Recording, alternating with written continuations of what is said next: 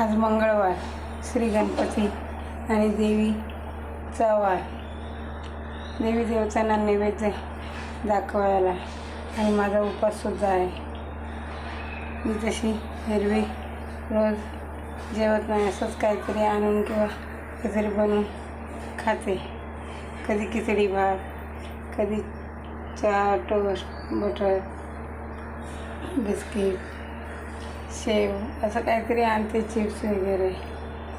मोठी मोठी जेवणं करत नाही बसत, असंच काय नाही काय आणते. आणि आज खूप महिन्याने शिरा बनवला आहे, थोडा रवा आणलेला. आणि आता काय करू तर तेच देवाला नैवेद्य दाखवून मी सुद्धा थोडं माझा उपवास सोडला.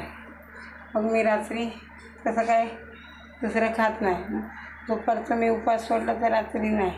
आता मी 2 टाईम देवाला दाखवलं किंवा पितृंना दाखवलं, कावळ्यांना दाखवलं, रात्रीचं बाहेर ठेवलं तरी मी त्यात थोडं काय माझ्या पोटाला खाते. तर तुम्हीसुद्धा सर्वांनी माझ्याबरोबर या.